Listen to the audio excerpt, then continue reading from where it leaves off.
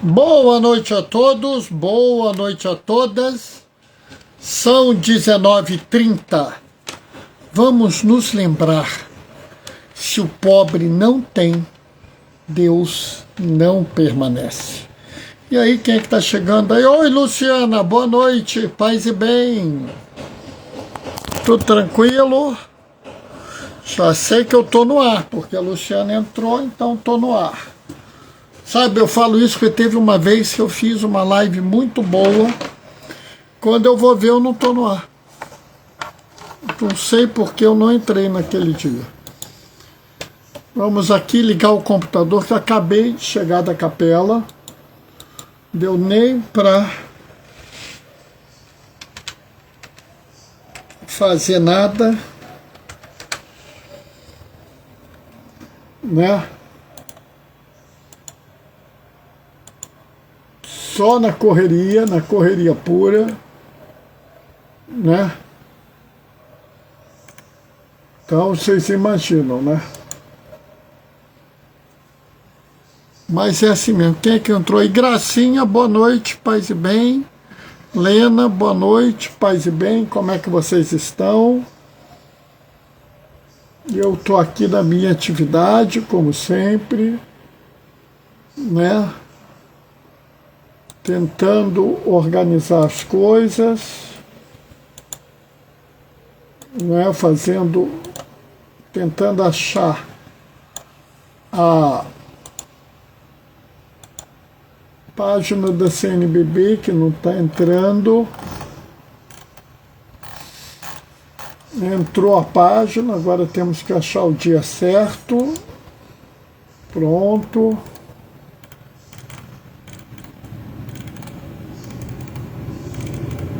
E eu vou fazer leitura do Evangelho, mas eu vou ler a forma mais breve do Evangelho, tá, pessoal?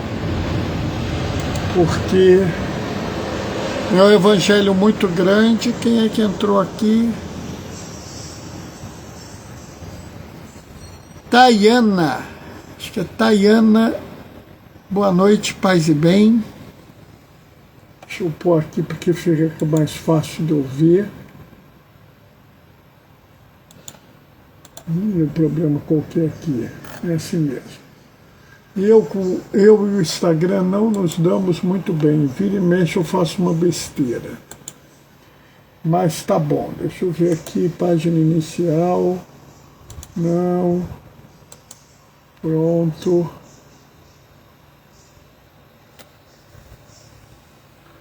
Né?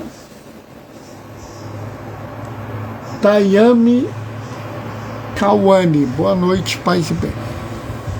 Então, estamos aqui, né? Eu vou ler a leitura mais breve, mesmo a leitura breve e grande. Ah, Bernardo, a leitura, a proclamação, não sei, pessoal, menos, né?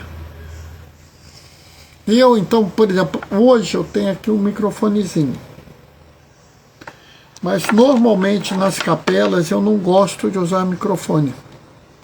Então eu leio no alto assim. Ô Natanael, boa noite, paz e bem. Como é que foi lá na escola, Natanael? Eu hoje já fiz foi coisa. Pessoal, acordei cedo, levei minha esposa lá para fazer a abertura do Jubileu de São Francisco. Depois eu fui para a cadeia. Depois eu fui para a capela. Agora eu vou fazer a live. Amanhã de manhã vou subir a comunidade. E aí, Natanael, você vai comigo subir a comunidade ou você vai ficar cuidando da catequese? Conta aí pra mim. Natanael agora, coitado, tá começando na escola diaconal. Vamos nós pra frente, né? Então a gente vai fazendo as coisas aqui, né? Boa noite. Foi muito bom na escola hoje. Que bom, que bom. Eu quero ver se eu vou na escola esses dias aí, mas só dia 21 que eu vou poder ir. Entrou. Ô Marcelo, querido, que felicidade te ver. Amanhã vai estar trabalhando. Ih, menino, tem que trabalhar, né? Alguém tem que pôr dinheiro na casa. Trabalha. É assim mesmo, a gente não bobeia, não. Cada um faz o seu. Zambrano, grande abraço, querido. Boa noite, paz e bem. Se Celinha estiver aí, dá um beijo na Celinha também. Tá na hora, vamos começar. O Senhor esteja convosco. Ele está no meio de nós. Proclamação do Evangelho de Jesus, segundo João. Naquele tempo, Jesus chegou a uma cidade da Samaria chamada Sicar, perto do terreno que Jacó tinha dado a seu filho José. Era aí que ficava o poço de Jacó. Cansado da viagem, Jesus sentou-se junto ao poço. Era por volta do meio-dia. Chegou uma mulher da Samaria para tirar água. Jesus lhe disse: dai-me de beber. Os discípulos tinham ido à cidade comprar alimentos. A mulher samaritana disse então: como é que tu, sendo judeu, pedes de beber a mim, que sou uma mulher samaritana?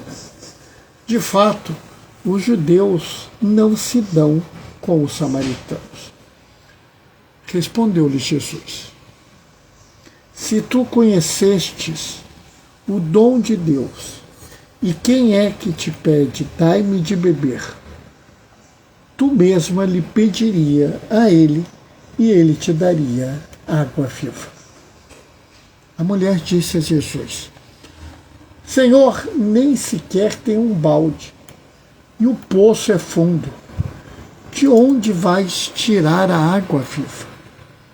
Por acaso é maior que o nosso pai Jacó, que nos deu esse poço, e que dele também bebeu com seus filhos e seus animais?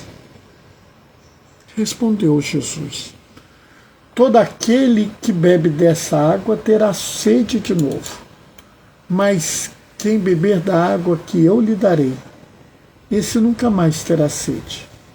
E a água que eu lhe der se tornará nele uma fonte de água que jorra para a vida eterna. A mulher disse a Jesus: Senhor, dai-me dessa água para que eu não tenha mais sede e nem tenha que vir aqui tirá-la. Senhor, vejo que és um profeta. Nossos pais adoram neste monte, mas vós dizeis que é em Jerusalém que se deve adorar. Disse-lhe Jesus: acredita-me em mim, mulher. Está chegando a hora em que nem neste monte, nem em Jerusalém adorareis o Pai. Vós adorais o que não conheceis. Nós adoramos o que conhecemos, pois a salvação vem do judeu. Mas está chegando a hora, e é agora, em que conhecereis os verdadeiros adoradores, que adoram o Pai em espírito e verdade. De fato, estes são adoradores que o Pai procura. Deus é espírito, e os que o adoram devem adorá-lo em espírito e verdade. A mulher disse a Jesus: sei que o Messias, que se chama Cristo, vai chegar. Quando ele vier, nos vai fazer conhecer todas as coisas. Disse-lhe Jesus: sou eu que estou falando contigo. Muitos samaritanos daquela cidade abraçaram a fé em Jesus. Por isso os samaritanos vieram ao encontro de Jesus e pediram que ele permanecesse com ele. Jesus permaneceu aí 2 dias. E muitos outros creram por causa da sua palavra. E disseram à mulher: já não cremos mais por causa das tuas palavras, pois nós mesmos ouvimos e sabemos que este é o verdadeiro Salvador do mundo. Palavra da salvação. Enquanto eu estava lendo, a Ana Paula entrou. Boa noite, Ana Paula. Paz e bem. Sabe,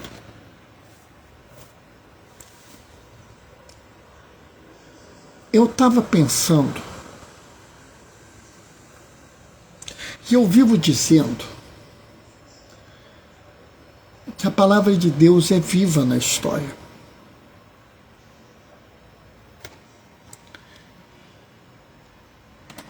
E hoje, quando eu estava indo para a capela, eu me dei conta de uma coisa. Hoje, no terceiro domingo da Quaresma,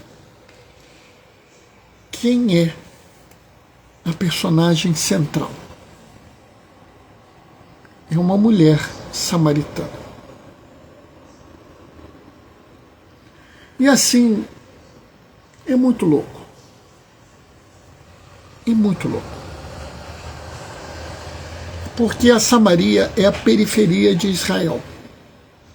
Não é sequer uma região respeitada por Israel. O povo judeu não respeita os samaritanos.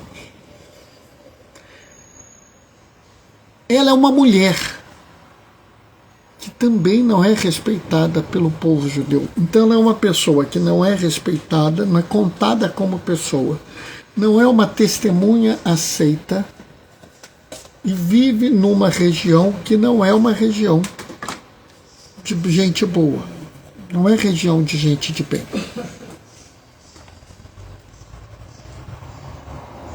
E piora. Oi, Nazir, boa noite, paz e bem. E piora, né? Entrou mais alguém. Entrou a Sandra. Boa noite, Sandra, paz e bem. E piora, porque ela vive numa região periférica que não é respeitada, ela é uma mulher que não é respeitada.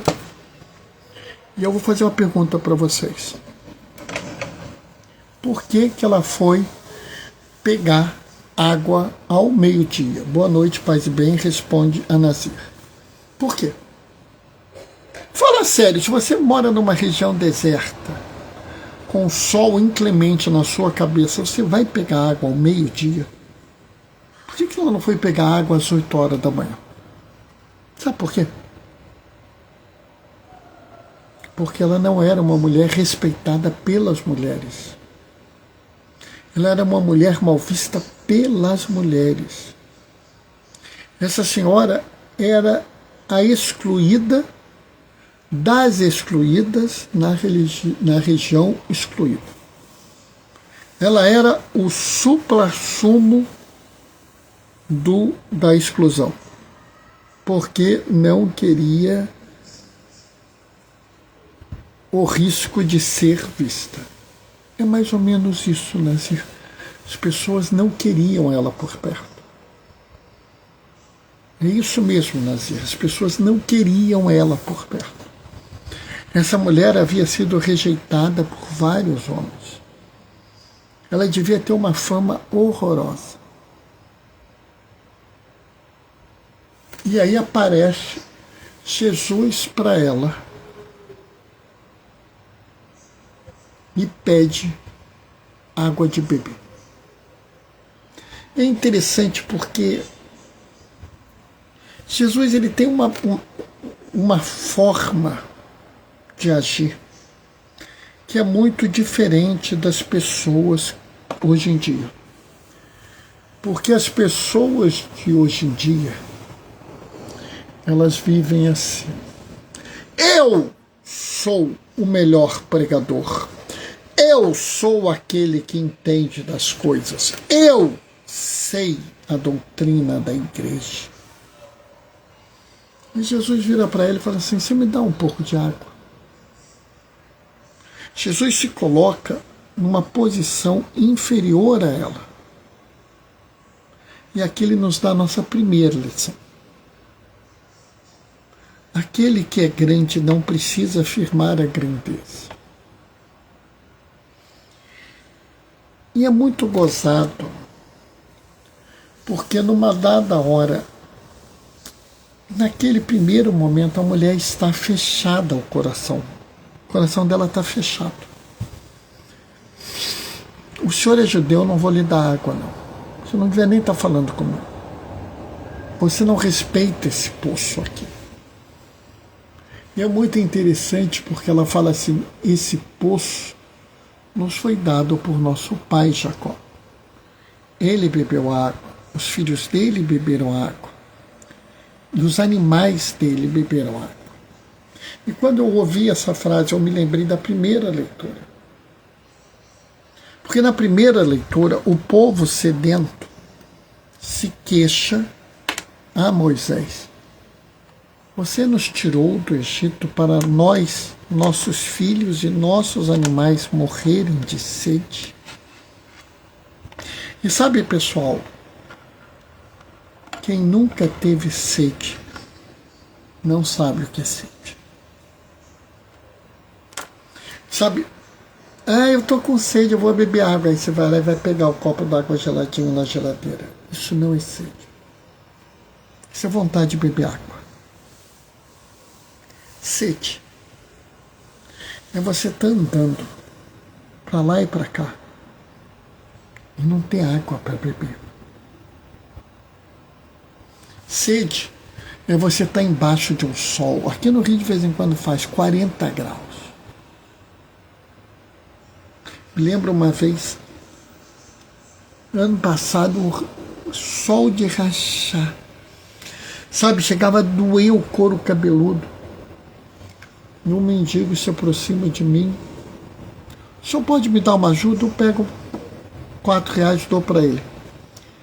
Na hora que eu dou R$4 para ele, ele vira e fala assim: o senhor não podia me dar água? Sabe, ele falou com uma voz assim, dolorida.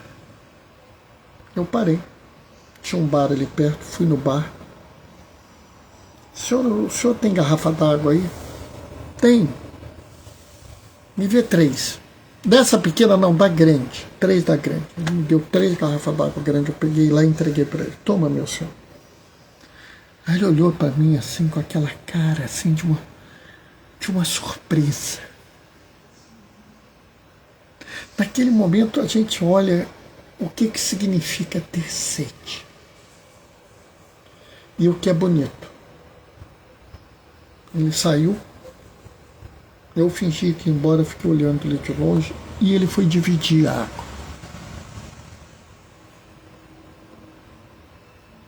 E eu fiquei pensando: caramba, ele está com sede, mas ele sabe que outros estão com sede.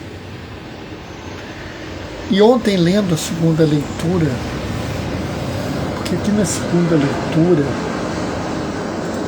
né, se você pegar aqui a segunda leitura, deixa eu pegar o pedacinho que eu quero ler para vocês, né?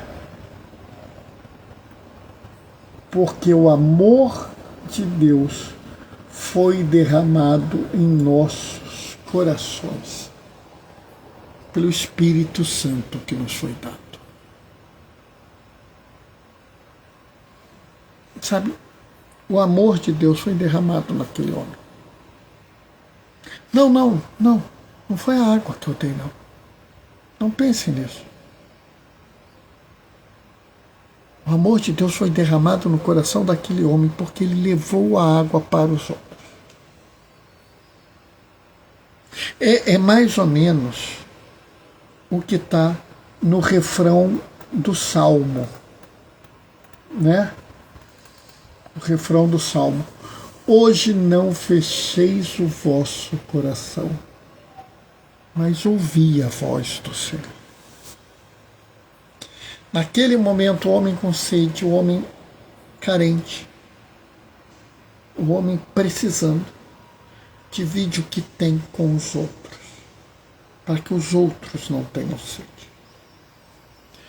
O amor de Deus foi derramado naquele coração. Ele tinha um coração aberto. Ele não estava com seu coração fechado à voz do Senhor.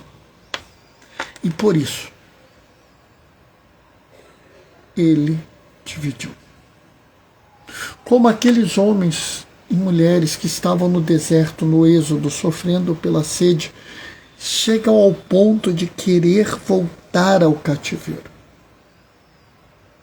Pessoal, quando o sofrimento é muito, as pessoas aceitam.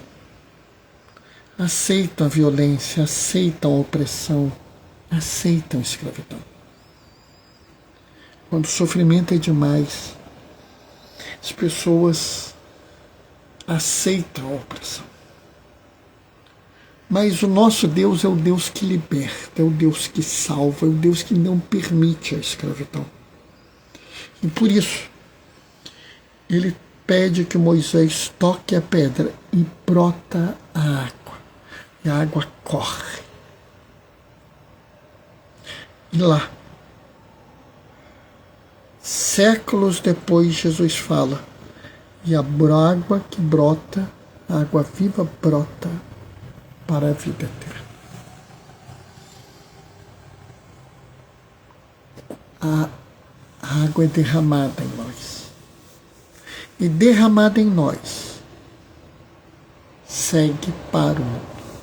Para que o mundo inteiro seja saciado. Saciado de suas sedes. A sede de justiça. A sede de paz. A sede de amor. A sede de segurança. A sede de cuidado. E as várias e várias sedes. Nós não somos os egoístas que guardam a água para nós. Nós queremos que a água brote para o mundo inteiro e que nesse mundo renasça o jardim do Éden. Que nesse mundo floresça o reino de Deus. Mas sabe, tem uma coisa que me tocou muito. Porque essa mulher começa com o coração fechado. Você é judeu, eu sou samaritana, aqui não tem conversa. Você diz que eu tenho que adorar em Jerusalém, mas eu quero adorar no monte. E você sabe que tem um bando de gente que está nessa besteirinha hoje em dia na igreja. Tem que rezar do jeito certo, tem que ler a Bíblia do jeito certo, tem que fazer a adoração do jeito certo, tem que rezar os terços do jeito certo. E o jeito certo é sempre o dele, é sempre o dela, nunca o seu. Tudo que você faz está errado, a não ser que você faça o que essa pessoa manda você fazer. E Jesus vira e fala assim: isso é besteira. Vai ter hora que você vai adorar no monte em Jerusalém, nada disso faz sentido. E aí, ela muda de visão. Senhor, eu estou vendo que o Senhor é um profeta. Porque o profeta denuncia aquilo que é errado. Denuncia as opressões e exclusões do mundo. Mas anuncia o reino.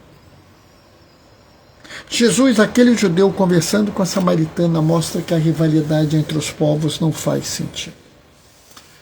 Aquele judeu conversando com aquela mulher mostra que toda forma de machismo é pecado. Que toda forma de xenofobia é pecado. E ela anuncia um reino de paz e justiça, amor e misericórdia. Um reino de inclusão radical onde todas as pessoas têm voz e vez.